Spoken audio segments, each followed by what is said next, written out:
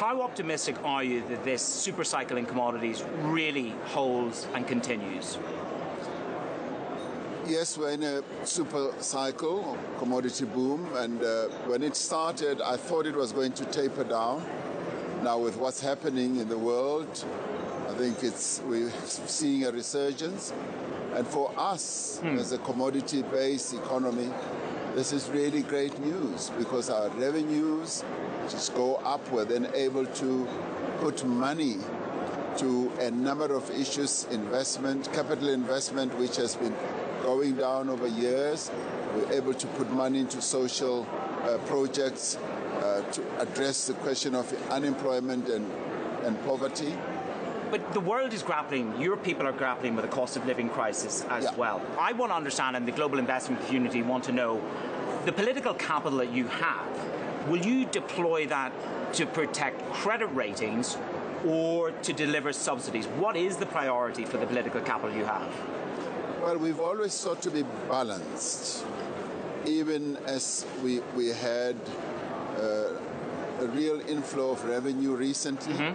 Rather than put it all into social concerns, we decided to balance so that we can balance our books, we can reduce our deficit, but at the same time address the issue of social needs that our people have.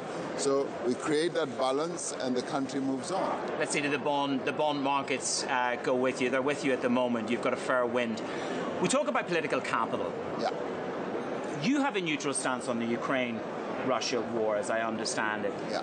Is there pressure for you to hold a neutral stance? Is it a political pressure of history from the ANC? Do the people of South Africa support your neutrality?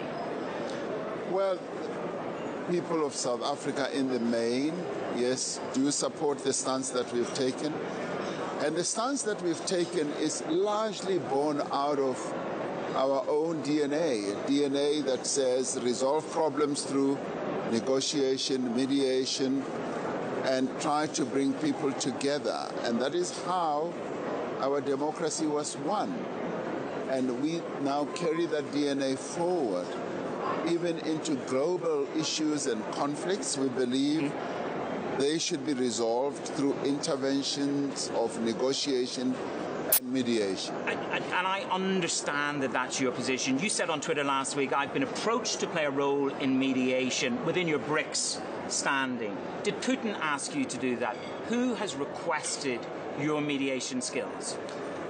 When I spoke to President Putin, I told him that we were being approached largely by non-state institutions who believe that the experience that South Africa has can be brought to bear on this.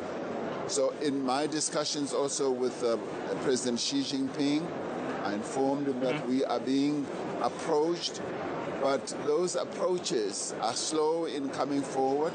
And we are saying if approached much more positively, we are willing to play whatever role. Does it take Biden to lift the phone to you? Has he to ask you to mediate, to ask you to garner support? No, President Biden has not called. So whoever would be willing to place a call to us, we would be willing to weigh all that up and see what role we can play. The impact of neutrality can cost. You know, this position of neutrality can cost. The risk is this, that not tomorrow, not next week, that investment could be held back from you by the global investment community because of your neutrality. Are you prepared to hold that neutrality and take that risk? Well, neutrality can cost, and fortunately we are not alone in all this. There are many others who've chosen the path that we have chosen. And the benefit of being where we are is that we can talk to both sides. It gives us that possibility, that optionality then comes to the fore. And the investment conference that we're having now, some in our country were saying investors will shy away from us. And in fact, we're seeing exactly the opposite. So it hasn't, this neutrality stance hasn't cost you so far. Can I push you a little bit? President Biden has gone so far as to call President Putin a war criminal. You are one of the few countries not to condemn Russia's invasion at the UN. Why? Well, because the stance that we have taken is that we need to look at everything in totality, but also base it on the need for people to sit down and talk. To mediate.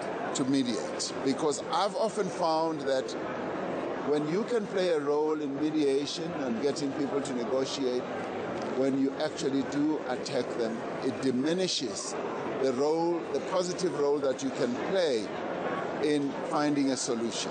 I know that the rebirth of your nation was in part built by sanctions leveled against old institutions. Do you believe sanctions are the right road to get Putin to de-escalate? You've lived through sanctions. We've lived through sanctions, and we advocated for sanctions because we were dealing with a system that was a crime against humanity. But not, Mr. President. But that, no, hold on. And everything else had failed. Many attempts have been made to bring the parties together, and it had failed. And that was then opted for as the last resort. Now, in this case, we are saying what we should be doing is to make all efforts to try and mediate this conflict. When I spoke to President Putin, he told me that talks are going ahead, and he thinks that they could possibly lead to a good conclusion. Do you think he's in the mood to mediate? Is there a shift in the dialogue? Lots of people say to me, he's not in the mood to mediate.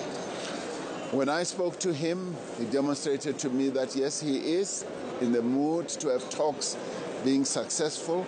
And I think any belligerent should be able to be willing to sit down, because war is costly on both sides. So he is in negotiations now, and he wants to see the negotiations succeeding.